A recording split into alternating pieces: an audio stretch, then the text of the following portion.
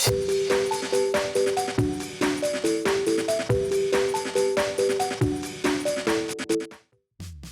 it going, YouTube? It's Panda time.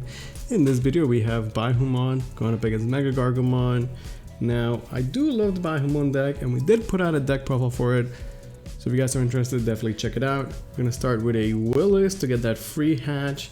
No rookies, kind of sad, but it is what it is. This is Digimon after all. Gonna go Chikuri and then memory tie, 2 memory chokas. At this one we have to just hard drop a Gargo to at least get something going. At the very least we have a dog and he's got genes. Gonna Digivolve into the Nanimon. Probably try to just turbo out into a level 6 as quickly as possible. But maybe he doesn't have the pieces, might be missing a level 5. Gonna set the little tie and then going to a Grumble to pass turn just to cycle through to the deck. We're gonna Digisorb into an Argomon for free. Finally pick up a Terrier in the back to work with.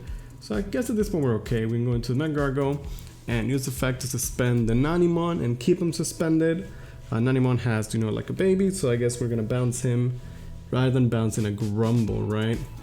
He's gonna hatch that Tumble. Remember, you guys definitely want to be tumbling all day. And I guess he's gonna pay 8 for the punch. It is expensive, but we're kind of struggling, and he gets to save his Nanimon, so I guess he's okay with that. Gonna set up another Willis for another hatch and get a memory for the Terriermon. Insane plays. You've never seen anything like it. We can tap both Willises to go into the Gargo for free. Actually pretty pog. Gargo can then go into a Blossom. Blossom can clean up the Nanimon. And then we can go into another MegaGargo to now stun the Grumble instead. So pretty good, not bad. We're definitely making plays after a bit of a slow start. Might still be missing a level 5. Gonna just punch the MegaGargo again. The big Gargo is just getting punched left and right. We're gonna set up a Terriermon to try and pick up those pieces. Rapidmon would have been insane there. Gonna take the Gargo because we might be missing a 4. Gonna tap both Willises to go into the Gargo, and then we can with 5k. Might be missing, we need to try and control the board, I guess, right? We're gonna try and attempt to swing over the Grumble, but this is actually a mistake. The tie gives the Grumble extra 1000 DP, making the Grumble 6k. So it's actually a mistake that does not work as intended. We're gonna set up another Terrier to get some searches. Try to, just find those pieces, cycle through. Chikura is gonna swing into a Willis, so he's gonna survive. Gonna be Digivolving in the back. Just turboing out. Yeah, gonna go Warumonse. I do remember though that the Gargo battle is not supposed to work out that way. So he does have a Grumble still on the board. We're able to, fix up the the game state. Grumble's gonna swing and die anyway, but he does get to do 1 damage, and that 1 damage could obviously matter. And in this case, the Chikuri is actually 2000 DP, so my Terriers cannot just swing at it. We could swing and trade against it, but it might be okay. Gonna have to swing at security and just keep the Terrier on the board. Because we need targets for potentially Rapidmons, Digisorption, things like that. That does mean that Chikuri can potentially swing again, and at this point we have so many Tamers set up that a Baihumon is actually super scary. That said though, with the memories, blocking Tamer, we might be okay against Baihumon. Chikuri is gonna swing. This time around it does die at security. And he can maybe stay in the back. Well, I guess he has to stay in the back now, right? Gonna just set up a black memory boost to potentially find the level 6 that is missing, and there it is. There's the Baihumon. So the Baihumon right now would have costed 0. Funny enough, if he had came out of security, he could have gone to Baihumon for 0 and then trashed his security at the end of my turn. Would have been pretty good, but he didn't know he was gonna have it, so he stayed in the back. Gonna set up another tie. We do have a bunch of Willises to work with, however, so we can potentially go up the chain very quickly. Might still be missing those pieces though, so it's gonna be Arbomon for potential cycle. Can at least swing at security, trying to get some damage. We are gonna die though, and then just set up another Terriermon. We have a lot of bodies on the board, but at least the Terriers can prevent the memory gain from the Baihumon. Otherwise it would cost 0, That said though, he can still go into the Baihumon, and end of turn is gonna trash both of my security. So I mean, it still seems like a good play, right? But yeah, no memory boost, no Baihumon memory gain effect. We are out of security though. We do have multiple bodies to work with and will assist for days. So can we overcome this Baihumon somehow is the question. Looks like the answer is no, because if we're hard playing Terriermon, that means that we're still missing our pieces and we don't quite have what we need to go into a level 6. Now at 0 memory, we're in a tough spot. That Baihumon is kinda buff. We have hidden potential though to go into a rapid to suspend the Baihumon, but Baihumon is actually 15,000 DP. So even with the minus 5,000 DP, we're not able to punch over it. We're gonna swing at security, getting some chip damage. Chikurimon's gonna Digivolve. We're gonna go into another rapid, but we're not able to clear the Baihumon. Baihumon can restand and swing for game.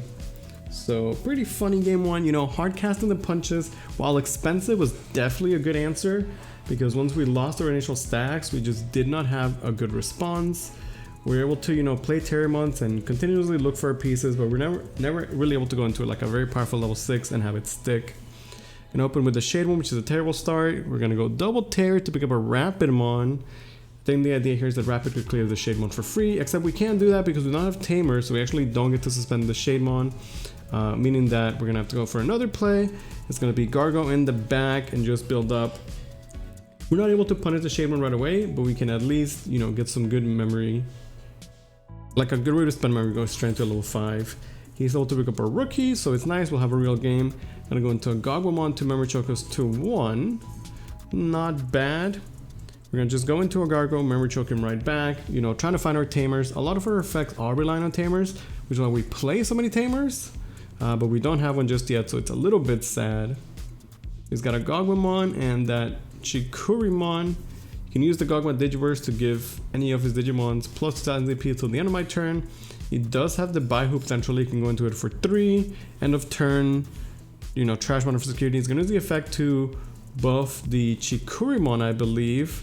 You know, 3k Chikurimon would survive against all the rookies. Swings into a Willis.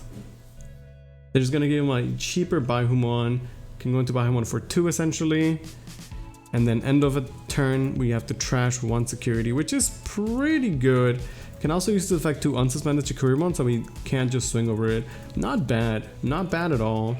We do have hidden potential for some pretty broken plays though. That card is disgusting. We can suspend the Gargo to go into the MegaGargomon for 0. Suspending the Baihumon. Now the Baihumon is 14,000 DP, but because of our buff from the stack, we're 15. Which is actually just enough to bounce it back.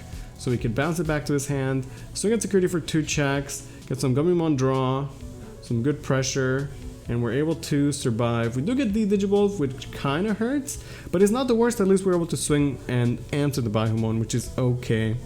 Gonna go into another Gargo in the back, just go wide and try and memory choke him. In this case, the MegaGargomon, you know, did get immediately answered essentially by a Chikurimon, but he definitely did do enough. Chikuru is gonna swing into a Chaos. This time around, he is gonna get clapped. And now we could just, I think, keep going wide. Don't have to go into a level 6 to close the game up potentially. We have 2 Gargos and a Willis. We can just swing a bit aggressively, I think, not give him a lot of time to set up.